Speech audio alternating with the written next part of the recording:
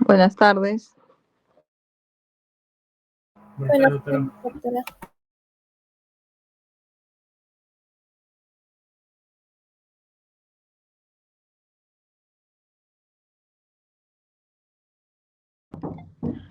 Ya, buenas tardes, chicos. Entonces, ¿qué tal? ¿Cómo están para su examen? ¿Todavía les falta?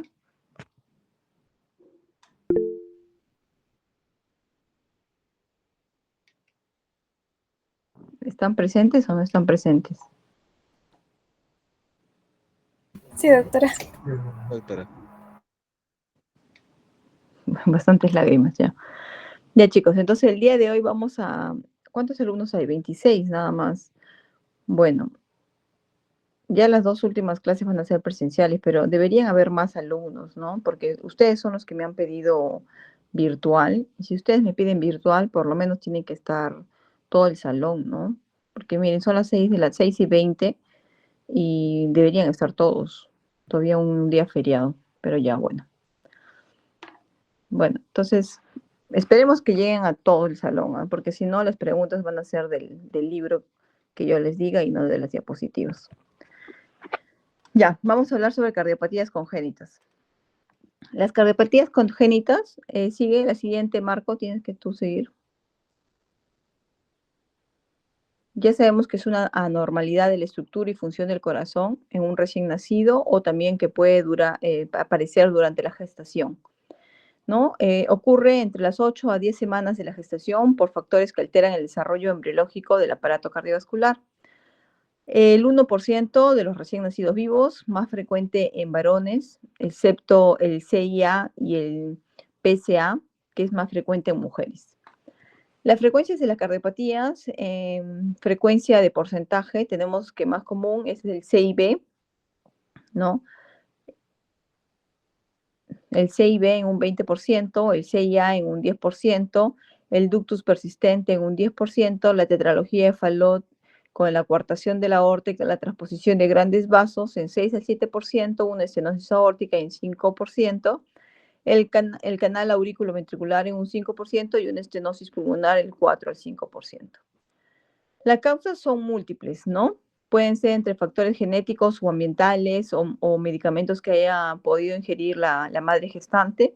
El 5% de las cardiopatías pueden deberse a una anomalía cromosómica, ¿no? Y si un padre o una madre es portador de una cardiopatía congénita, tiene la probabilidad entre un 2 al 10% de que su hijo nazca con una cardiopatía.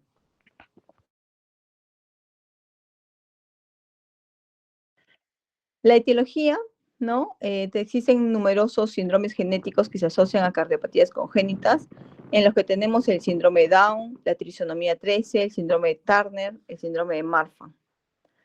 Factores ambientales también, como les dije al inicio, o fetos que están expuestos al alcohol, a las drogas, al litio, a la talidomida, a la difenilhidantoína, ¿no? O exposiciones también virales, ¿no?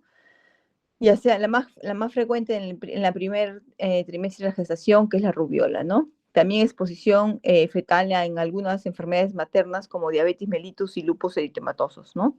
Casi todos los pacientes, no todos, pero la mayoría de pacientes que tienen diabetes mellitus pueden nacer prematuros, membrana hialina, ¿no? Pero también es frecuente que tengan un CIB. La clasificación, esto es importante que lo sepan, cardiopatías cianóticas y las acianóticas, ¿no? Se dividen en cianóticas, ¿no? Fisiopatológicamente dominante en un cortocircuito de derecha-izquierda y su característica clínica es la presencia de ¿cuál? De la cianosis, ¿no? Mientras las acianóticas son las más diversas y son la única característica común en la ausencia de cianosis, ¿no? En su presentación clínica. Vamos a hablar de las acianóticas cuando hay un cortocircuito de izquierda a derecha, que puede ser el CIB, el CIA, el PCA, el canal aurículo-ventricular, el drenaje venoso anómalo, parcial o total, ¿no? Las obstructivas de corazón izquierdo, coartación de la aorta, estenosis aórtica, estenosis mitral, hipoplasia del ventrículo izquierdo. Y también tenemos insuficiencias valvulares que pueden ser acianóticas, ¿no? La IM, la IA, la estenosis pulmonar, la estenosis de las ramas pulmonares. Y en las cianóticas, el famoso de la tetralogía de Fallot, ¿no? Obstrucciones del corazón derecho, como la atresia pulmonar, el ventrículo único o atresia tricuspidia con estenosis pulmonar, o una mezcla, ¿no?, total del ventrículo único o atresia tricuspidia sin estenosis pulmonar, el tronco del arterioso o el drenaje venoso anómalo pulmonar total. Y cuando hay una falta de mezcla, que es una transposición de grandes vasos. Al terminar la exposición, a Marco le voy a mandar unas fotos de cómo vemos estas patologías en radiografías pulmonares, ¿ya? Radiografía de tórax. En las cardiopatías congénitas, y bueno, ya las cianóticas que habíamos hablado, vamos acá a dividirlas con diferencia de flujo pulmonar, un flujo pulmonar aumentado o un flujo pulmonar normal, ¿no? Las cardiopatías congénitas acianóticas con flujo pulmonar aumentado, el CIB, el CIA, el PCA, ¿no? O defectos de los cojinetes endocárdicos, que es el septum auriculoventricular. Y en el flujo pulmonar normal, estenosis pulmonar, insuficiencia mitral, coartación de aorta o estenosis aórtica. En las cianóticas, el flujo pulmonar aumentado, la transposición de grandes vasos, el retorno venoso pulmonar, un síndrome de corazón izquierdo hipoplástico, el síndrome de Eisenmenger, que lo vamos a estudiar más adelante, un flujo pulmonar disminuido, la atresia pulmonar con el tabique interventricular íntegro, una atresia tricuspidia, tetralogía de Fallot y la anomalía de Epstein. Entonces empezamos a hablar sobre las cardiopatías congénitas acianóticas. El CIB, que habíamos dicho que es el más frecuente, es un agujero, ¿no?, que separa ambos ventrículos, permitiendo la sangre de llenado del ventrículo izquierdo, que tiene mayor presión, hacia el ventrículo derecho, produciéndose un cortocircuito de izquierda a derecha, y aumento del flujo pulmonar, ¿no?, con sangre parcialmente oxigenada. La sangre de este ventrículo izquierdo tiene dos caminos, uno que vaya hacia la aorta y otro que vaya a la circulación sistémica o hacia el ventrículo derecho y los pulmones. El CIB, el 20%, que ya lo habíamos mencionado, y el más común dentro del CIB es el CIB. Tenemos el CIB, el 6%, la salida o supracristal o subpulmonar o infundibular o yuxtaarterial, como se conoce, el 80% que es el perimembranoso, el cono ventricular o paramembranoso, el 20% el muscular, ¿no? Y la entrada de canal de aurículo ventricular en el síndrome de Down. El CIB, como ya habíamos dicho que el membranoso era el más importante, presentan cierta extensión hacia las regiones adyacentes, por lo que reciben el nombre de perimembranosos, ¿no? La fisiopatología, a consecuencia del cortocircuito de izquierda a derecha, se produce un hiperflujo pulmonar. La cantidad de sangre que pasa del ventrículo izquierdo al ventrículo derecho depende del tamaño del defecto, la diferencia de presiones entre ambas cavidades ventriculares y las resistencias pulmonares y sistémicas. ¿Qué es lo que va a producir? Dilatación de las cavidades ventriculares, de la arteria pulmonar y la aurícula izquierda, insuficiencia cardíaca congestiva, habitualmente en la infancia. El CIB es grande, mayor de 1 año, de hipertensión pulmonar. Si esta es severa, se puede invertir el sentido del cortocircuito del síndrome de Eisenmenger, ¿no?, que es la conocida patología, que es la inversión después de tanto flujo. Los niños, si tienen un CIB pequeño, lo que tienen que saber es que cuando hay un soplo cardíaco que es muy chiquito, el soplo va a sonar mucho. Cuando el agujero es más grande, el soplo no va a sonar tanto. Entonces, en CIB pequeños son asintomáticos. El riesgo de endocarditis más bajo, los soplos es en las primeras semanas de vida, ¿no? Es un soplo pansistólico de alta frecuencia, ¿no? Normalmente intenso, puede ser de 3/4. 3/6 y con frecuencia acompañada de un frémito, ¿no? El segundo ruido está normal y no hay soplos diastólicos. En un CIB mediano, los síntomas, las primeras semanas de vida, hay taquipnia, hay sudoración excesiva debido al tono simpático aumentado, fatiga en la alimentación, infecciones respiratorias frecuentes y retraso del crecimiento. En un CIB grande, ¿no?, el cortocircuito ya es severo, va a aparecer un síndrome de Eisenmenger, va a haber una falla cardíaca congestiva, el paciente está taquipneico, taquicárdico, no va a querer comer, no va a haber un buen crecimiento, una curva de crecimiento, y puede haber una hipertensión pulmonar, ¿no? Y progresivamente va a haber un síndrome de Eisenmenger, donde hay cianosis progresiva y severa, disnea, fatiga. El diagnóstico, el latido de punta, el soplo lo sistólico, un frémito, ¿no? El retumbo diastólico y una hepatomegalia. Pero el diagnóstico certero para un soplo cardíaco al examinar al paciente es mandarlo al paciente un ecocardiograma transtorácico. Si tiene una mala ventana ecocardiográfica, se le va a tener que tomar una ecocardio transesofágica. Bueno, ¿qué se tiene que hacer? Tomar un paciente el electrocardiograma, se va a ver hipertrofia del ventrículo izquierdo, ¿no?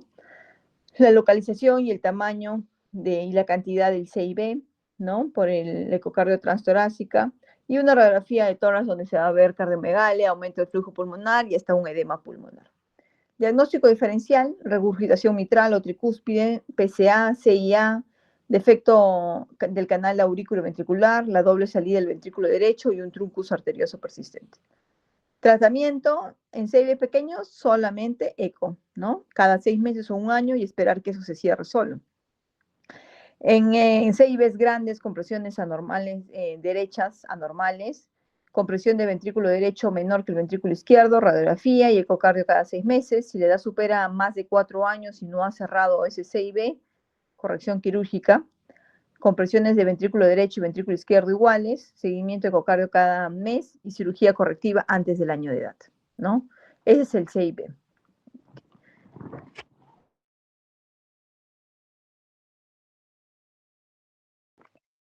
Ahora vamos a hablar sobre el CIA. Agujero entre dos aurículas, permitiendo de la sangre oxigenada desde la cavidad de mayor presión a la de menor presión, estableciéndose un cortocircuito de izquierda a derecha y aumento del flujo pulmonar, ¿no? A consecuencia de esto va a haber un hiperflujo pulmonar y sobrecarga del trabajo y volumen de los pulmones, ambas aurículas y el ventrículo derecho y las arterias pulmonares. CIB, en la circulación fetal está abierto el foramen oval que comunica las dos aurículas. Esto es así que por dos motivos, ¿no? Para que el cerebro del feto reciba la sangre oxigenada y para evitar que la sangre pase inútilmente por el pulmón del feto. Pero cuando el niño nace, ¿no? Todo esto se invierte. El niño empieza a respirar, hay sangre de la aurícula derecha que ya no tiene que pasar a la aurícula izquierda y se cierra el foramen oval espontáneamente. No se considera patológico el foramen oval permeable ante ciertas circunstancias hemodinámicas, sin embargo, si después de nacer no se cierra absolutamente, esto ya es patológico, ¿no? Tenemos un CIA, que el más común es el ostium secundum, 50-70%, situado en la parte central, ¿no? Del tabique. El premium, situado por la parte baja del septum, por encima de las dos válvulas auriculoventriculares, y el seno venoso junto a la desembocadura de la vena cava superior o inferior. La fisiopatología se produce una dilatación de las cavidades derechas, arteria pulmonar y aurícula izquierda. A la larga, esta dilatación origina arritmias en las personas adultas que se acompañan de sintomatología, hipertensión pulmonar también en personas adultas, y acá es más raro el sentido del cortocircuito que produzca un síndrome de Eisenmenger, ¿no? La mayoría de los CIA son asintomáticos, pero vemos a un paciente que tiene frecuentes infecciones respiratorias, fatiga, disnea, palpitaciones, el niño va a presentar palpitaciones y lo más importante, un retraso en el crecimiento.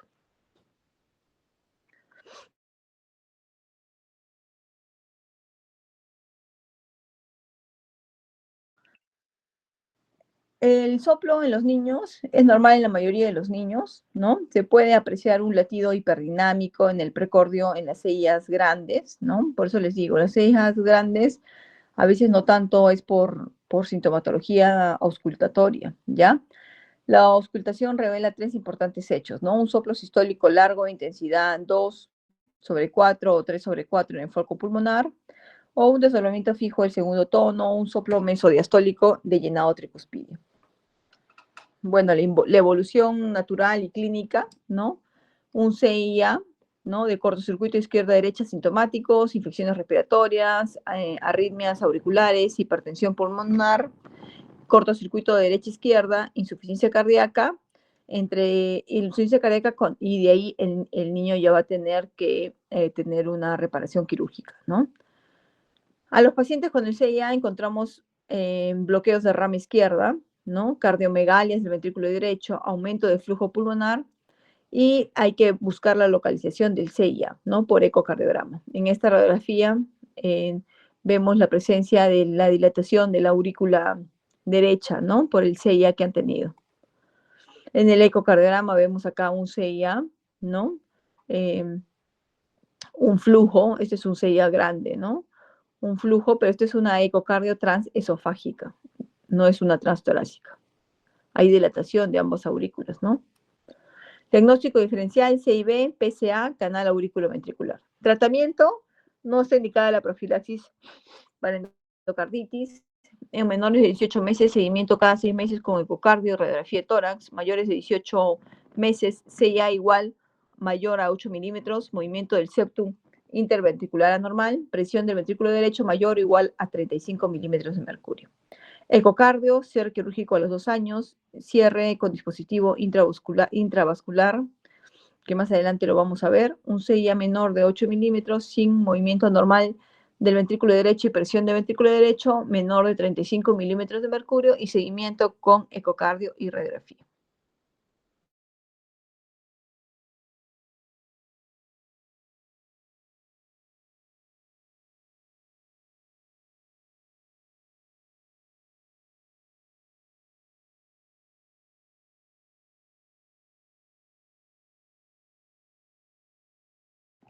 Me van a disculparme, sino que estoy un poco resfriada.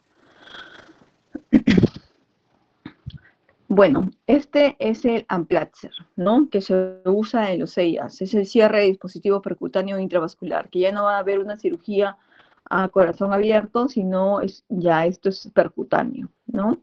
Esto se hace en CIBs pequeños o CIAs pequeños también. Ven, todo se entra por vía percutánea y se pone el Amplatzer, así se llama. CIA corregida, CIA operada, comprobar el cierre con una ecodoppler, seguimiento anual por 5 años con ecocardio, radiografía de tórax y en algunos casos Holter. Si hay un chance residual, el cual no debería haber, ¿no? El protocolo de CIA hay que aplicarlo. En una CIA cerrada con dispositivo intravascular, comprobar el cierre por el ecodoppler, un Holter para ver si aún no produce arritmias supraventriculares, por lo que estamos hablando de aurícula. Seguimiento de eco, radiografía de tórax cada 6 meses, aspirina por 6 meses hasta 1 año, profilaxis para endocarditis en 6 meses. Y si se comprueba un chance residual, hay que hacer un retiro del dispositivo y hacer el cierre quirúrgico ya a pecho abierto. El PCA, que también es importante, ¿no? La persistencia de este PCA postnatal, ¿no? De una comunicación entre la aorta y la arteria pulmonar permite el paso de la sangre oxigenada desde el vaso de mayor presión al de menos presión, establecidos con un cortocircuito de izquierda a derecha y un aumento del flujo pulmonar con sangre parcialmente oxigenada, ¿no? Sabemos que el PCA en la parte fetal está abierto para evitar lo que ya habíamos dicho, ¿no? Y al nacer se produce el cierre funcional del mismo hacia las 10 a 15 primeras horas de la vida, ¿no? El cierre anatómico normalmente se produce en la tercera semana de vida, por eso antes de esos periodos se oyen con frecuencia pequeños soplos y luego tienden a desaparecer. Las causas prematuros. Todo paciente prematuro hay que pensar en un PCA. Infección de rubiolas en el primer trimestre, factores familiares, genéticos, mucha presión, ¿no? Y también son idiopáticos. Hay dilatación de cavidades izquierdas y de la arteria pulmonar, hipertensión pulmonar, y puede ser que en niños de mayor edad pueda producirse el síndrome de Eisenmenger. La clínica, en la siguiente, en la clínica, en ductos pequeños son asintomáticos, en prematuros, pueden agravar el síndrome de distrés respirativo del recién nacido o de membrana hialina, ¿no? Paciente que entre en un distrés respiratorio al nacer y no mejora a pesar de antibiótico, oxigenoterapia, hay que pensar que hay un CIA y por eso no hay una buena mejoría, ¿no? Los primeros meses de vida, el paciente va a estar con falla cardíaca, infecciones respiratorias frecuentes, taquicardia, taquimia, irritable, fatiga, sudoración al comer, retraso en el crecimiento. Y el PCA es el gran simulador, ¿no? Porque puede simular cualquier otro cuadro clínico, induciendo con facilidad a varios errores. La exploración física, ya habíamos dicho, taquicárdico, taquimneico, falla cardíaca, ¿no? Hepatomegalia, estertores, pulso arterial célebre o saltón, el soplo continuo en maquinario de Gibson, ¿no? En foco pulmonar infraclavicular izquierdo que puede irradiarse al espacio interescapular. Diagnóstico diferencial, el ductus es el gran simulador, ¿no? Entonces tenemos muchas patologías, ventana aortopulmonar, comunicaciones arteriovenosas, fístula coronaria, CIB con regurgitación aórtica, CIB en la infancia, atresia pulmonar con colaterales. El PCA, cardiomegalia del ventrículo izquierdo, aumento del flujo pulmonar, dilatación del botón aórtico, en el EKG crecimiento de aurículo izquierdo y ventrículo izquierdo, y podemos visualizar el PCA o dirección del shunt y diámetro de cavidades. Tratamiento en prematuros sintomáticos con ductus debe ser el tratamiento de ¿qué? De la indometacina. No hay otro tratamiento. Para ocasionar así su cierre, preferentemente antes de los 7 días de vida, ¿no? La dosis de 0.1 a 0.25 miligramos por kilogramo por día cada 12 a 24 horas. 3 dosis hay un éxito del 90%. Fuera del periodo neonatal, un PCA permeable, el cierre con el Amplatzer o un cierre quirúrgico. Ya con un PCA corregido, comprobación del cierre y seguimiento cada 6 meses con eco, Doppler y radiografía de tórax. En caso de shunt, después del cierre quirúrgico, se trata del PCA permeable, ¿no? En caso de shunt, luego del cierre con dispositivo intramuscular, es posible el cierre tardío hasta luego de 2 años.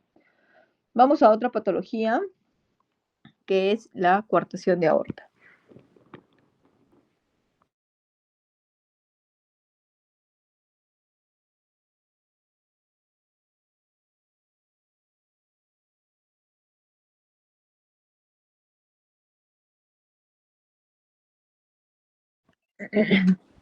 Coartación de aorta.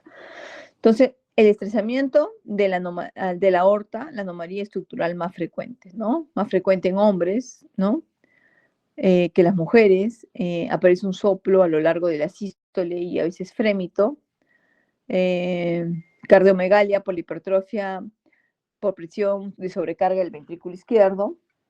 La clínica, tenemos una coartación aórtica con un PCA permeable y sin un PCA permeable. En la primera, los signos y síntomas son inmediatos al nacimiento. Muchos recién nacidos con esta anomalía no sobreviven al periodo natal si no se les somete a una intervención. La coartación aórtica sin un ductus arterioso permeable, la mayor parte de los niños son asintomáticos hasta la edad adulta. Hipertensión en las extremidades superiores, los pulsos son débiles, hipotensión en los miembros inferiores. El diagnóstico, un EKG, ecocardio transtorácica, resonancia magnética y una radiografía de tórax. Tratamiento, sigue Marco, me tienes que seguir. Tratamiento de cirugía, angioplastía, luego el seguimiento para detectar recoartaciones o posibles aneurismas. Ahora vamos a hablar sobre las cardiopatías congénitas cianóticas, ¿no? Que la más importante, la que tenemos acá, vea la segunda, otra más, otra, es la tetralogía de Fallot, la siguiente, ya.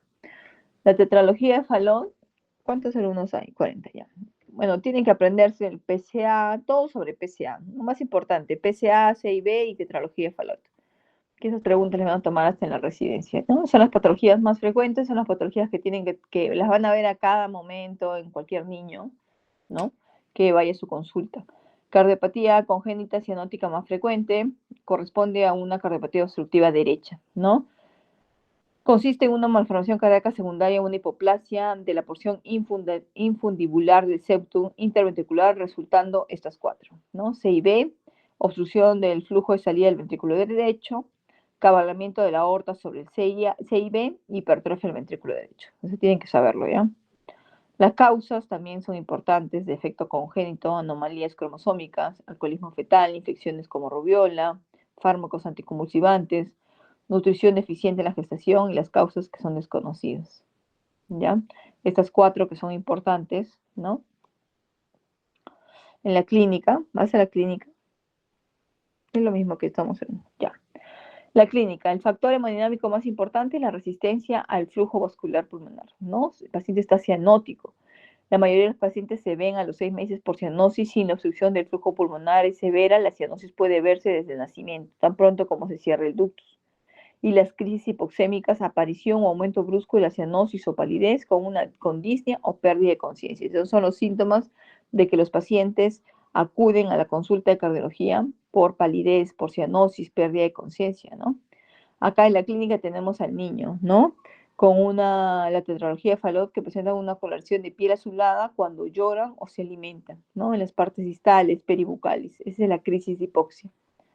El examen físico, el crecimiento es normal, hay cianosis, dedos en palillos de tambor, falla cardíaca no hay en Fallot a menos que haya anemia o endocarditis infecciosa, un impulso del ventrículo derecho, un frémito, un soplo sistólico con segundo ruido disminuido y menor soplo es igual a mayor cortocircuito de derecha a izquierda. Diagnóstico, importante, la radiografía de tórax, el corazón en bota o en sueco, el EKG, ¿no? Con el eje desviado, hay una hipertrofia del ventrículo derecho, crecimiento de aurícula derecha, y en la eco va a confirmar el diagnóstico por las 4 cosas que ya les he mencionado antes. El cateterismo, se pueden visualizar arterias pulmonares coronarias y bastantes CIB múltiples, y en la resonancia magnética en la mayoría de los 6 meses, ¿no? Acá está la radiografía en bota de zapato. Tratamiento, va a ser favorable cuando hay un tamaño adecuado de las arterias pulmonares, ausencia de anomalías coronarias, ausencia de otro tipo de 6B asociadas. Si no se cumple alguna de estas premisas, lo consideramos como no favorable, ¿no? El 70% son sintomáticos, necesitan una intervención en el primer año de vida. Si se deja una evolución natural, solamente llegará a la edad adulta un 5%. Entonces la mortalidad es alta, ¿no? Si no se trata. En menores de 6 meses, con anatomía favorable, en la tetralogía de Fallot, la cirugía es paliativa, ¿no? Cirugía correctora, y en anatomía desfavorable, una cirugía paliativa o una valvuloplastía pulmonar.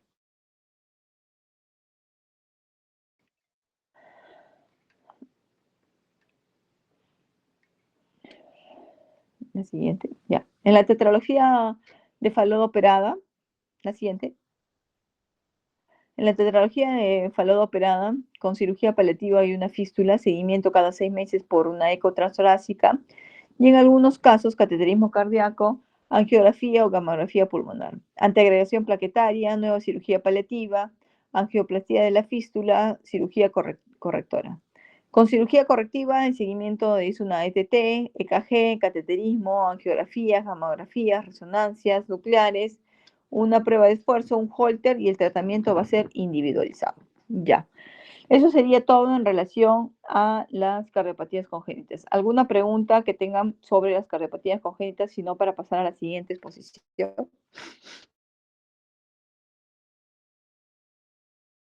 Todo claro, doctora. Todo claro, doctora. Ya, entonces apréndase tetralogía de Fallot, síndrome de Eisenmenger, qué cosa es, ya, que no lo he mencionado, pero lo tienen que saber porque a cada rato lo menciono. PCA, tetralogía de Fallot, PCA y CIB, ¿ya? Esos son los más importantes. Valvuloplastías. Ahora vamos a valvulopatías, diré. Ya.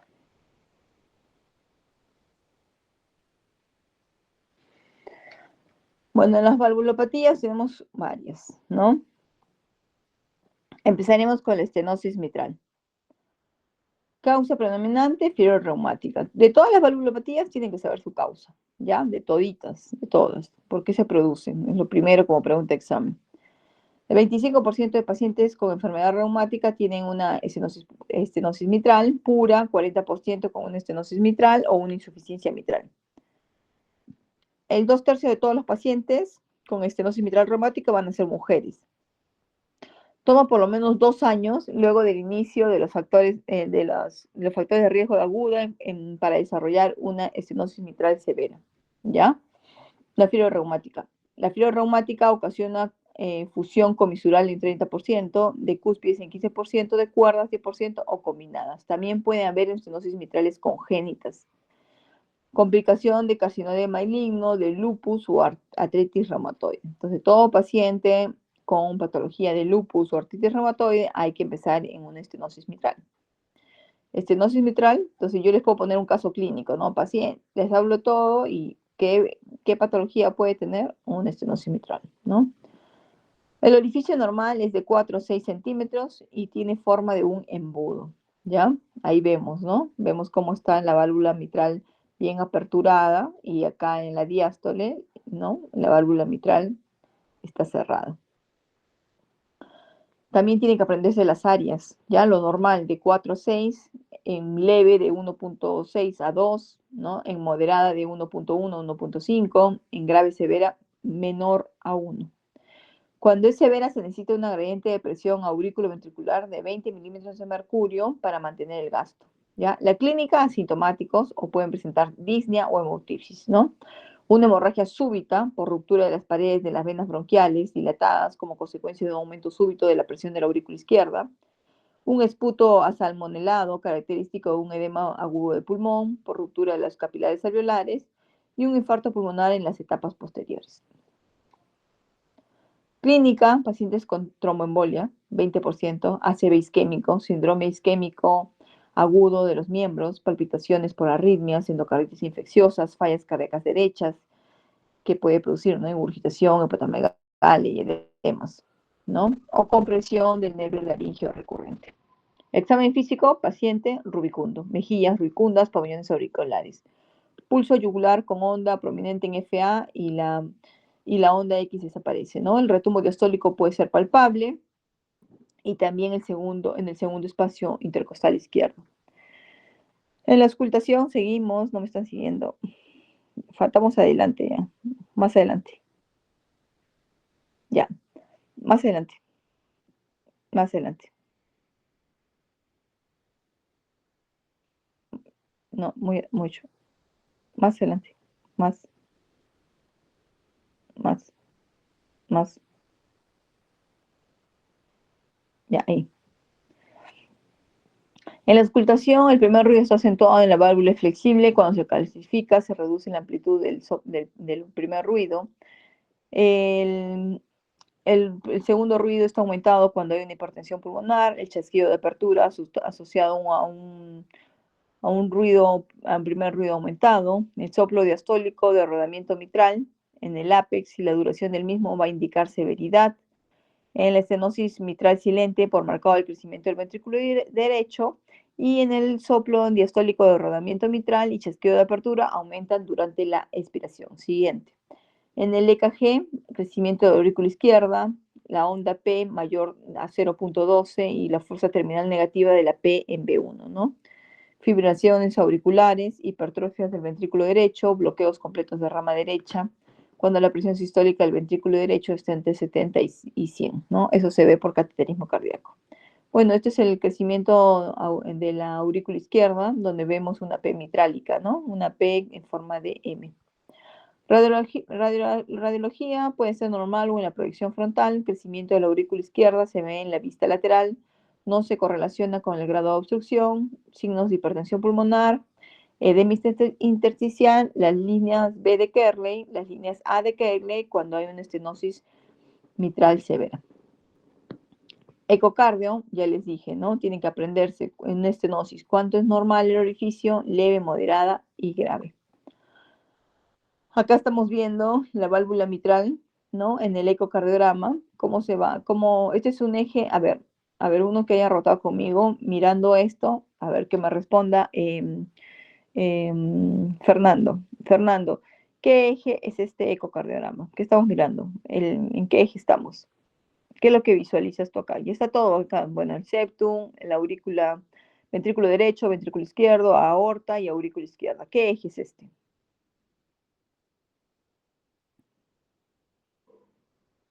¿Está Fernando o no?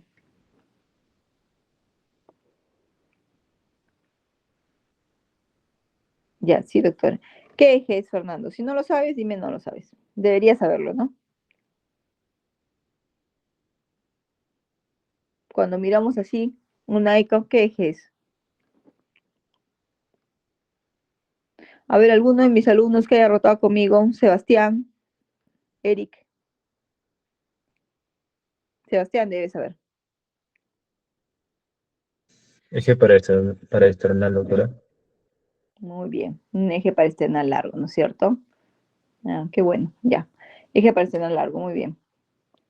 Entonces ahí estamos viendo el cierre de la válvula, ¿no? Mitral, ¿no? En sístole y en diástole, que no hay una buena apertura. Igual acá, ¿no? Este eje, ¿cuál es, Sebastián?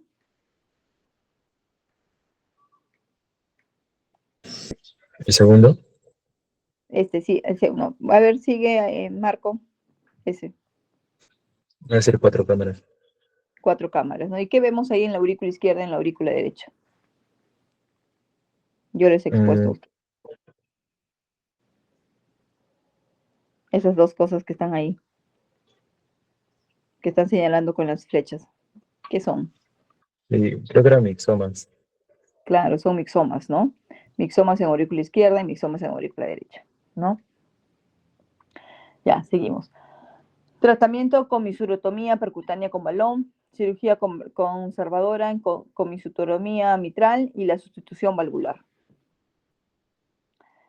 Bueno, contraindicaciones para la comisurotomía mitral percutánea. Las contraindicaciones, ahí están. La área valvular mitral mayor de 1.5, trombo en aurícula izquierda, insuficiencia mitral mayor que leve, calcificación grave o bicomisural, ausencia de la fusión comisural, valvulopatía aórtica grave, ¿no? O estenosis o insuficiencia tricuspidia graves combinadas que requieren cirugía y alguna enfermedad arterial coronaria concomitante, ¿no? Que requiere cirugía para revascularización coronaria.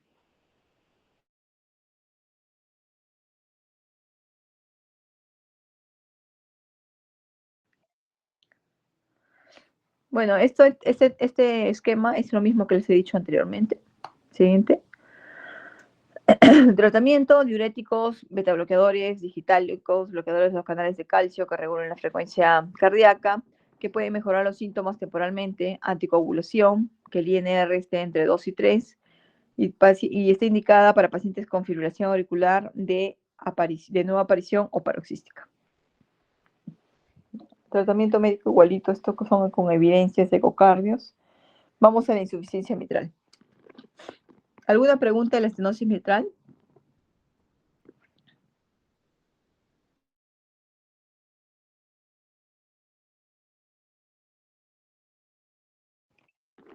Ya, seguimos con insuficiencia de la válvula mitral. Las dos insuficiencias pueden ser primarias, agudas o crónicas, o secundarias a otra patología, ¿no? La clínica, siguiente, pasa 12 diapositivas más adelante ya. La clínica puede cursar en forma subclínica en la fase compensada, ¿no? Los síntomas aparecen cuando hay descompensación del ventrículo izquierdo, más de 20 años de fiebre reumática, disnea, ortomnia por congestión pulmonar, astenia crónica, fatiga secundaria a gasto cardíaco bajo, que es la manifestación más común, hemoptisis, tromboembolismos sistémicos menos común, así como el desarrollo de una FA.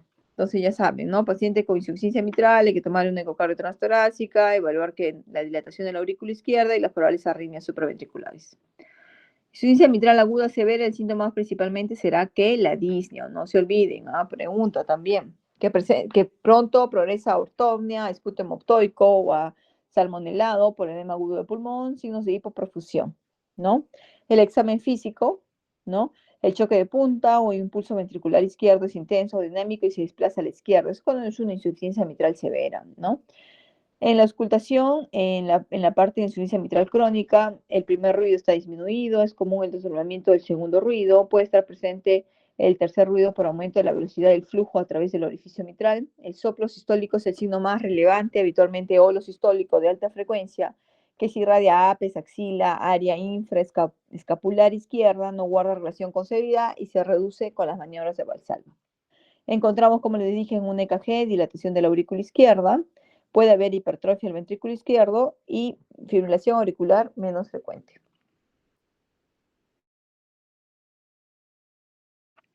Bueno, acá vemos el crecimiento de la aurícula izquierda, una onda P mitrálica, ¿no?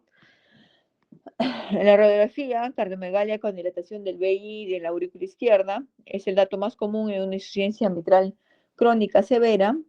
El edema intersticial con las líneas B de Kerley, ¿no? En pacientes con insuficiencia mitral aguda, con insuficiencia progresiva del ventrículo izquierdo, estas líneas de B de Kerley las vemos a ver en el ecocardiograma pulmonar, ¿no? Hay que confirmar por la eco el diagnóstico y establecer la gravedad por los orificios, ¿no? Las dilataciones de la aurícula y los ventrículos izquierdos, determinar la causa, puede haber una ruptura de las cuerdas tendinosas, prolapso de la válvula mitral. Se puede calcular la disfunción también del ventrículo izquierdo con la fracción de eyección del ventrículo izquierdo. Siguiente, estas son imágenes de insuficiencias mitrales, que ustedes ven que el flujo, ¿no? La turbulencia de multicolor llega hacia la aurícula izquierda, hacia la parte de la pared, ¿no? Igual acá, este es el anterior flujo, o sea, ese flujo que están mirando ustedes es un flujo más periférico, ¿no? En la siguiente es un flujo más central, ¿no? La clasificación de la insuficiencia mitral primaria, aguda o crónica, o una insuficiencia mitral secundaria. Las causas, tenemos en la insuficiencia mitral primaria las crónicas inflamatorias, la fiebre reumática, el lupus, la esclerodermia. Las degenerativas, degeneración misomatosa de las valvas, síndrome de Marfan, el síndrome de Ehlers-Danlos, el pseudosantoma elástico, calcificación del anillo valvular. Las congénitas, hendiduras o fenestraciones de las valvas, anormalidades de los paracaídas de las válvulas. Siguiente, en las agudas, la rotura del músculo papilar en un infarto de miocardio, endocarditis infecciosa y traumatismos.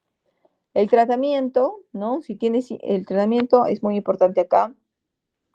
Si tiene síntomas, ¿no? Y tiene una fracción de eyección mayor del 30%, hay que hacer y no hay ningún problema, hay que hacer el tratamiento médico. Pero si tiene una fracción de eyección más del 30%, la reparación es quirúrgica, ¿no? En el tratamiento refractario médico, el tratamiento puede ser una reparación de la válvula. Es probable con escasa comorbilidad, el tratamiento va a ser tratar la falla cardíaca, la reparación percutánea, y en pacientes que tienen una FEBI menor del 60%, ¿no? Hay que ver si hay FAs de nueva aparición, que la arteria pulmonar tenga un mayor de 50 milímetros de mercurio, y hay que ver si hay una posibilidad de una alta reparación quirúrgica, y si no, seguimiento. El tratamiento de la insuficiencia mitral primaria aguda, la cirugía es urgente, ¿no? Está indicada. Tras estabilizar hemodinámicamente al paciente con nitratos, diuréticos y en caso de hipotensión inotrópicos o el balón de contrapulsación. La mayoría de casos requieren sustitución valvular. Puede haber una insuficiencia mitral secundaria funcional, como ya la mencionamos anteriormente. El tratamiento, como les había dicho, hay que hacer un tratamiento de falla cardíaca, diuréticos, ¿no? Diuréticos, YECAS, para mejorar esta falla cardíaca por la insuficiencia mitral severa. Acá los volvemos a mencionar, ¿no? YECAS, betabloqueantes, espironolactona, diuréticos para evitar el caso de sobrecarga, la TCR, la terapia de resincronización cardíaca, anticoagulación en pacientes con FA o historia de embolia siguiente, embolismo previo o trombos en la aurícula izquierda. Ya, vamos con estenosis, un ratito.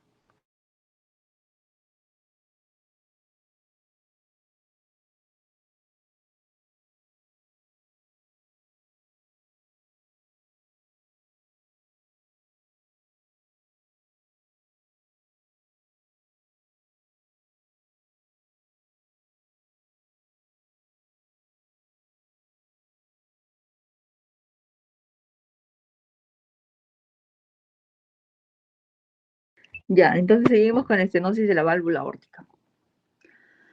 Estenosis de la válvula aórtica adquirida, ¿no? Calcificación degenerativa en pacientes con seniles. Hay mayor calcificación anormal en líneas de flexión y en las bases. Factores predisponentes, la hipertensión, la diabetes, la hipercolesterolemia en pacientes con enfermedad renal crónica. Hay adhesión y fusión de comisuras, retracción y engrosamiento de los velos distalmente, nódulos de calcio y frecuentemente insuficiencia y afectación de la válvula mitral.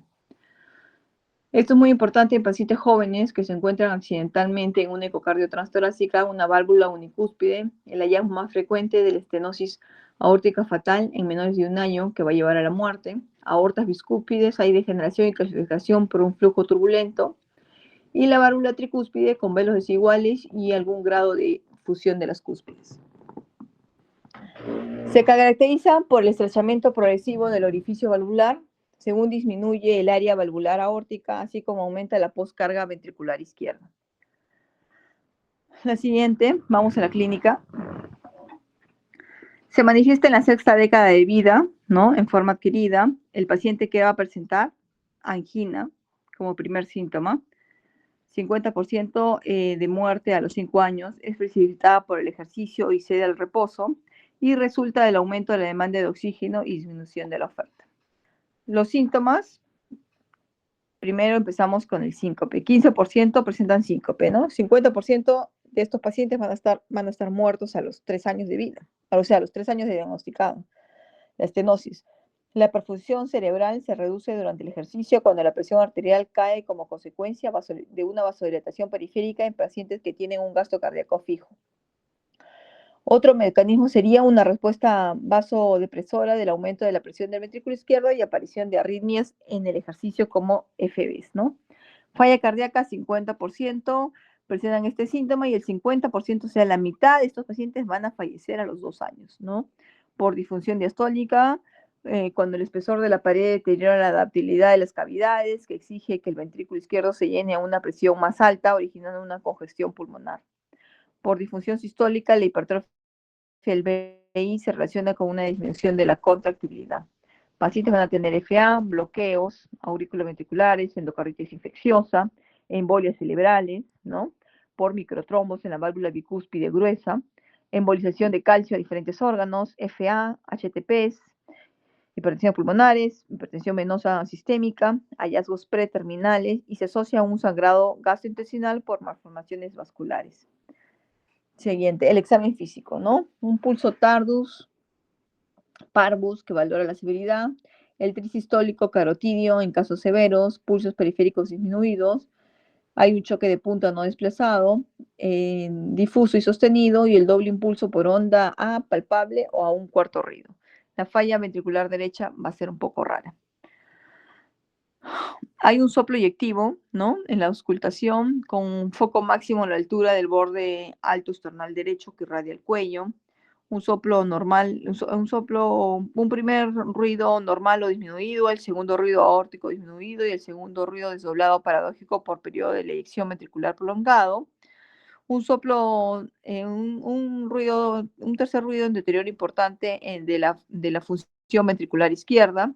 Y cuando encontramos un soplo, un cuarto ruido fuerte, ya nos indica la severidad, ¿no? En el electrocardiograma, crecimiento de la aurícula izquierda, hipertrofia ventricular izquierda, por lo cual el eje va a estar desviado. Podemos encontrar un bloqueo completo de rama izquierda de las de His, arritmias, FAs, bloqueos cardíacos, abscesos del anillo valvular, complicaciones de endocarditis por extensión del infiltrado cálcico, ondas T invertidas y depresión del ST por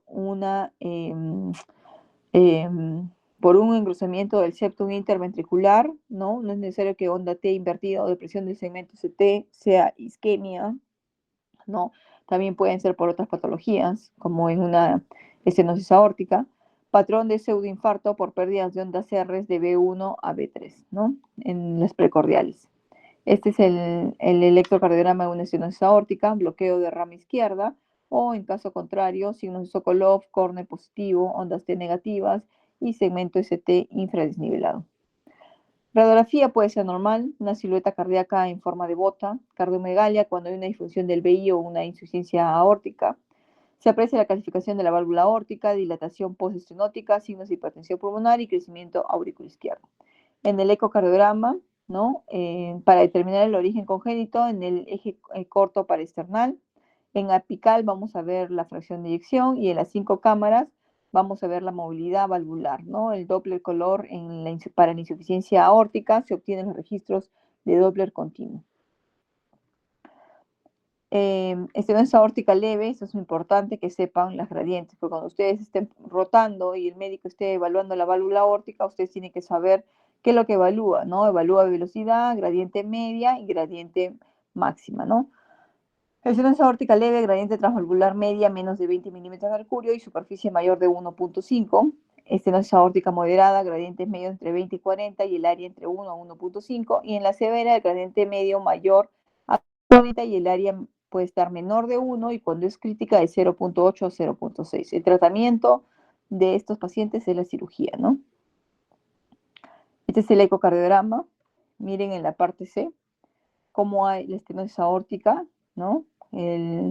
Es una estenosis aórtica severa, ¿no? Hay un estrechamiento de esta válvula. El cateterismo cardíaco, antes de hacer un cambio de válvula, hay que encontrar al paciente que no tenga una cardiopatía coronaria asociada, ¿no? Para evitar problemas de infartos. Tratamiento médico, solamente modificación de los factores de riesgo según de la aterosclerosis. No hay tratamiento médico. Lo único que tenemos que hacer es la cirugía, ¿no? En pacientes que todavía no pueden llegar a la cirugía, se pueden tratar con digitálicos, diuréticos, yecas, ARAs, betabloqueantes, evitar que el paciente entre en hipotensión, ¿ya? Ahora vamos a la otra. Es importante que ustedes sepan insuficiencia mitral, estenosis aórtica, ¿ya? Lo que más van a ver. Insuficiencia de la válvula aórtica.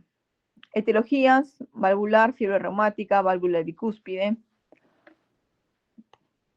endocarditis infecciosa, traumas, proliferación misomatosa, deterioro de la válvula biprotésica, ruptura de la válvula fenestrada congénita, asociada a lupus, artritis reumatoide, espondilitis anquilosante, artropatía de Yakult.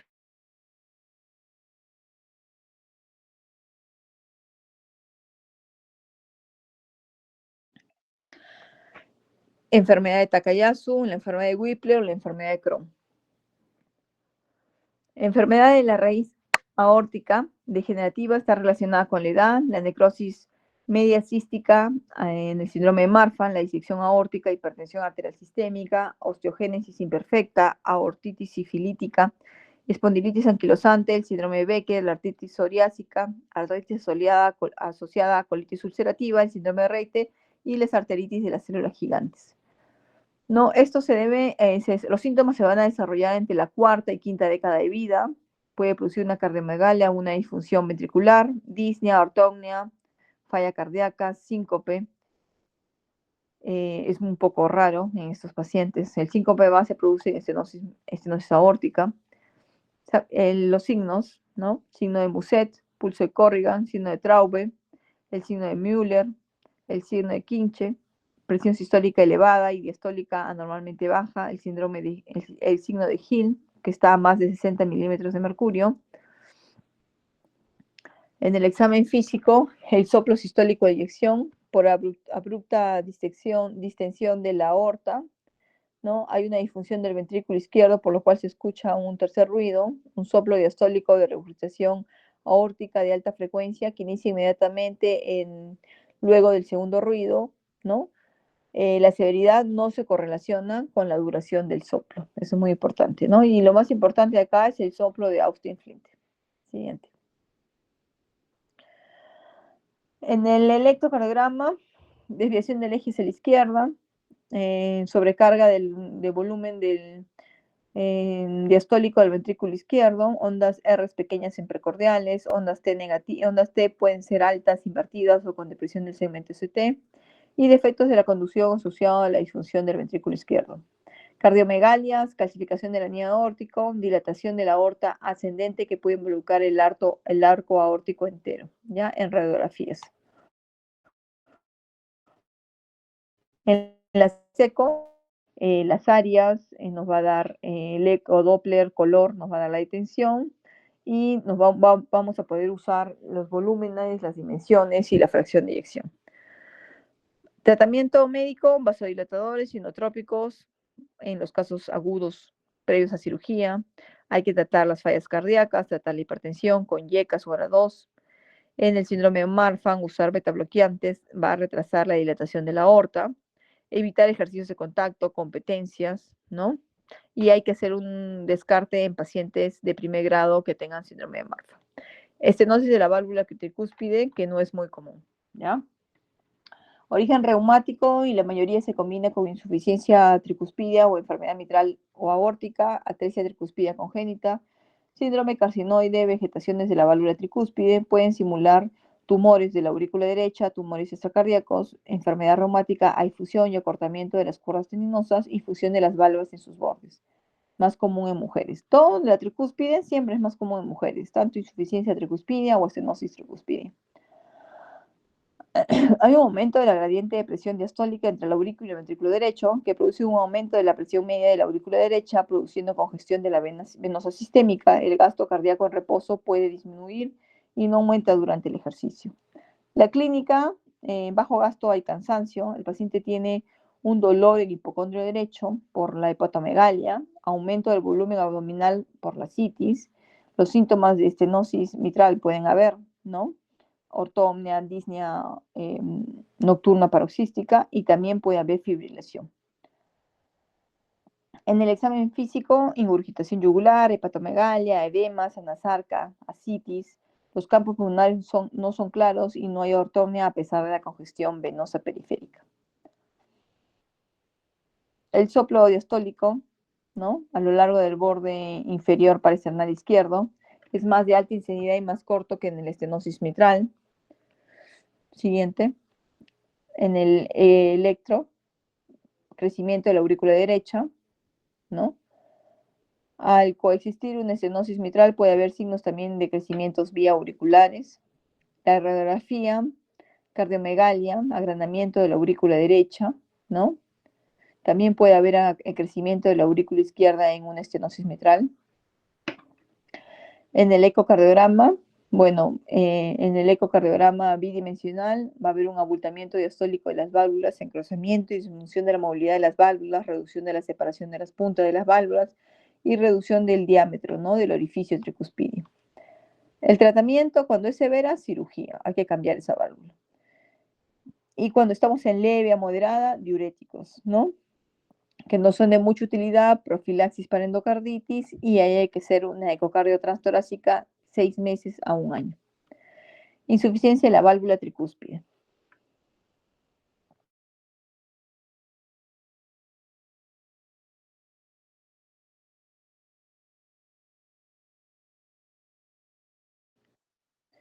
Ya, en la IT, la etiología, ya está bien. Con válvula anormal y con válvula normal, ¿no? La etiología reumática o no reumática puede ser la endocarditis infecciosa, anomalía de Einstein, prolapso, carcinoide, disfunción del músculo papilar, traumatismo, un síndrome de Marfan, artritis reumatoide, lesión por radiación. Y en la válvula normal o funcional se ve una dilatación del anillo por dilatación del ventrículo izquierdo por sobrecarga de presiones o de volumen, ¿no? Ya puede ser una hipertensión pulmonar o por una enfermedad del corazón izquierdo o un cor pulmonar. Si no hay ningún síntoma, en hipertensión pulmonar se va a tolerar bien, pero cuando hay signos de hipertensión pulmonar se manifiesta como falla cardíaca, ¿no? Reducción del gasto cardíaco, el paciente está con disnea, debilidad, cansancio, irritación yugular, pulsaciones, palpitaciones, edemas inferiores, ascitis, hepatomegalia dolorosa y congestiva. La pérdida de peso, caquexia, cianosis ictericia, fibrilación auricular, frémito, soplo sistólico venoso en cuello, impulso ventricular derecho hiperdinámico y enérgico, ascitis, edema de miembros, hepatomegalia dolorosa, reflejo hepatoyugular, si progresa cirrosis del hígado más firme, duro y pequeño. A ver, ¿quién de ustedes me puede hablar, antes de ya terminar la clase, quién me puede hablar sobre las clases funcionales en falla cardíaca? Que eso es lo que han estado estudiando para su examen. ¿Cuántas clases de falla cardíaca conocen? Y mencióname la 1, la 2, la 3, la 4 y cada uno. A ver, Jonathan. Sí, doctora. Tenía una similitud con las que eran las de disnea, porque en sí el paciente en el grado 1 únicamente, si no me equivoco, no generaba ningún tipo de sintomatología a lo que es su actividad habitual, ¿no? En cuanto a la clase 2, el paciente ya empieza a presentar lo que son síntomas, pero cuando se realiza una actividad física moderada. En el grado 3, el paciente ya empieza a presentar sus síntomas mucho más marcados, pero ya con una actividad física mínima. Y en la clase 4, el paciente ya presenta lo que son los síntomas, pero a esfuerzos mínimos, ¿no? Ya, ¿y cómo diferencias tú una clase? Porque la clase funcional 1 y la 4 es fácil, pero ¿qué es lo que tú va a ser clave para que tú le preguntes a un paciente para diferenciar clase funcional 2 de 3? Era la cantidad de cuadras que se Ya, hablaba, ¿no? ¿cuántas cuadras? La clase, si no me equivoco, la 2 es para más de 3 cuadras y la clase 3 y era menos de 2. Menos de 3 cuadras, ¿no? El Con corte 2 o son 3 3 cuadras. cuadras, ¿ya? Para diferenciar entre, para que ustedes puedan diferenciar, porque la 1 la van a diferenciar rápido, la 4 igual, porque el paciente va a venir y va a decir que no puede amarrarse los zapatos, no puede llevarse la cuchara a la boca, no puede ni conversar, ¿no? Esa es la 4. La 1 no, camina y no pasa nada, mientras la 2 y la 3 es la que ustedes tienen que definir para ver en qué momento van a dar los diuréticos o los IECAS, ¿no? Ya. Bueno, seguimos. Auscultación, el soplo, el ruido, el tercer ruido del ventrículo derecho acentuado en la inspiración, puede haber hipertensión pulmonar, un soplo sistólico de alta intensidad más fuerte en cuarto espacio intercostal, ¿no? A veces se asocia hipertensión pulmonar cuando el ventrículo derecho está muy dilatado, el soplo puede irradiarse al lápex. El soplo sistólico aumenta durante la inspiración, el signo de Carvalho, el ejercicio, comprensión hepática. En el electrocardiograma se ven cambios de lesión responsable en insuficiencia tricuspidia, bloqueos incompletos de rama derecha de las de His, ondas Q en B1, fibrilaciones auriculares. Radiología, cardiomegalia en la aurícula derecha prominente, distensión de las venas, ácigos y derrames pleurales. Ecocardiograma nos va a ayudar para ver la severidad de la IT, ¿no? Dilatación de la aurícula derecha y ventrículo izquierdo, y también puede haber prolapsos o anomalía de Einstein, ¿no? La enfermedad de Einstein, ¿no? Puede llegar a una enfermedad de Einstein, que es el cortocircuito. El tratamiento es corregir la anomalía del lado izquierdo, cirugía correctiva antes de que vayan a hacer el cambio valvular, y si no, hay que dar diuréticos para evitar la congestión. Bueno, ese es el tratamiento de la insuficiencia tricuspidia.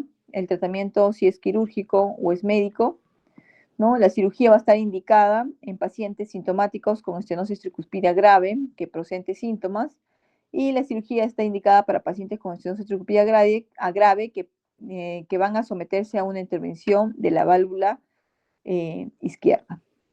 Ya, eso sería todo. Bueno, a ver, otra pregunta en relación a su examen que van a tener. A ver, acá voy a tener, a ver, vamos, la última pregunta, ¿ya?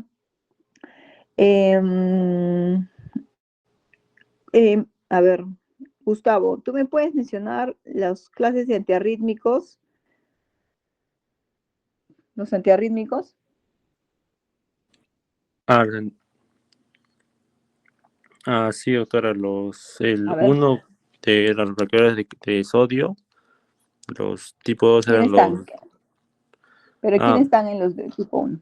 Eso mencioname. el 1A está la quinidina, la procairamida, en el 1B están la lidocaína, la fenitoína, y en el 1C estaba la propafenona, sí, la propafenona. Ya.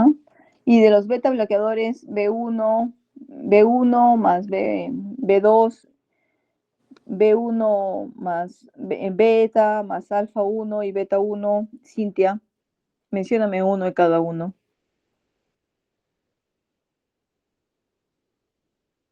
Cintia Yasmín.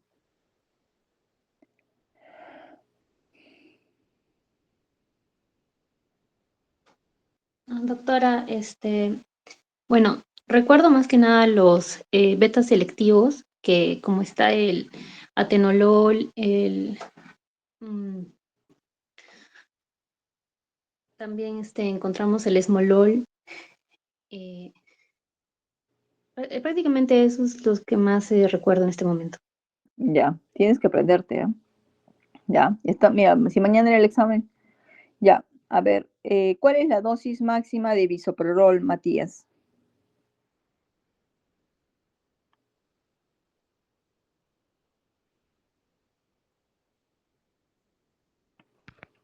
Los estoy ayudando, ¿ah?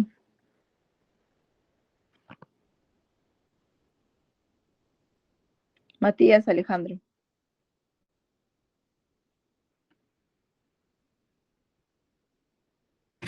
Sería de 10 miligramos al día. Ya, de 10 miligramos al día. Y a ver, ya, la última ayuda. Cuando hablamos de fármacos de cardiología, para hacer una lisis, a ver, voy a buscar acá los nombres de ustedes. Para hacer una lisis de un paciente, Dayana Cristina, ¿cómo se hace la lisis en un paciente con un infarto agudo de miocardio y CT elevado? ¿Cuál es el medicamento y cuál es la dosis? ¿Cómo das el tratamiento? Dayana.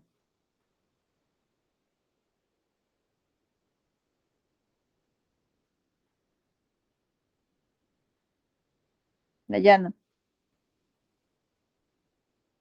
Sí, doctora. En este momento no me acuerdo. Ya. Eric, tú sí sabes.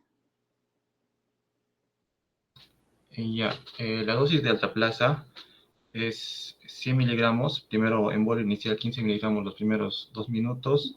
Eric, ¿cómo es el 100? ¿Cuánto viene la ampolla de alteplase?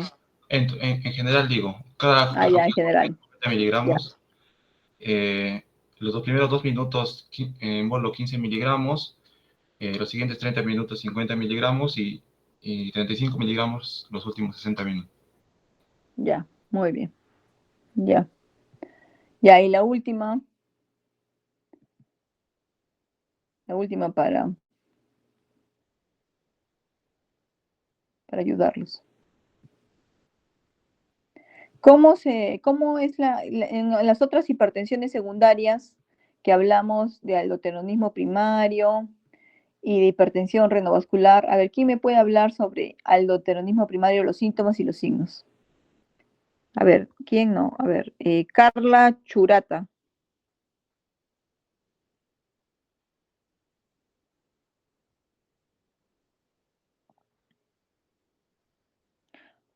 Carla, Sí, doctora, buenas noches. a ver, dime, ¿cuáles son los síntomas y signos de un aldosteronismo primario? Teníamos, por ejemplo,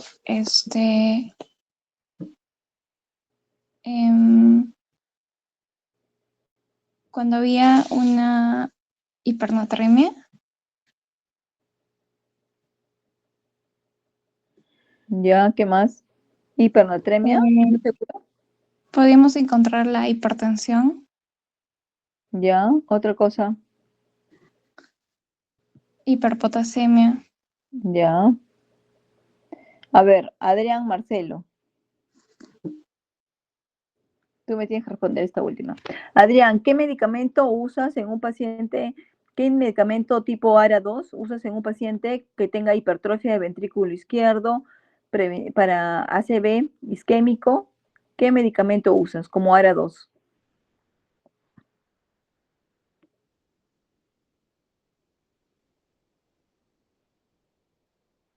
Adrián, Sí, profesora. Como ARA2 podríamos usar hipertrofia del ventrículo izquierdo, ¿no? claro, ACV, hipertrofia de ventrículo izquierdo. ¿Qué medicamento le das como ARA2? Hay 4 medicamentos que hay en un cuadrito. Ah, Lorsatán podría ser. Ya, muy bien, otro. Mm, Valsartán. Ya, y otro. Ay, Cander, Candersatán. Exacta. Ya. Y en un paciente con disfunción de ventrículo izquierdo, lo mismo, ¿no es cierto? Sí. Y en un paciente con hipertensión, diabetes y enfermedad renal crónica, ¿qué ARA2 usas? Lorsatán, me acuerdo, doctora. Ya, losartán y irbesartán. Ya.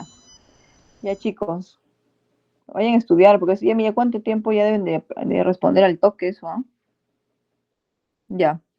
Ya, ¿alguna pregunta?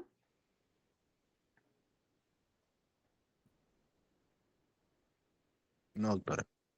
Ya. Ya, Marcos, eso sería todo, ya los he ayudado, ¿ah? Estudien.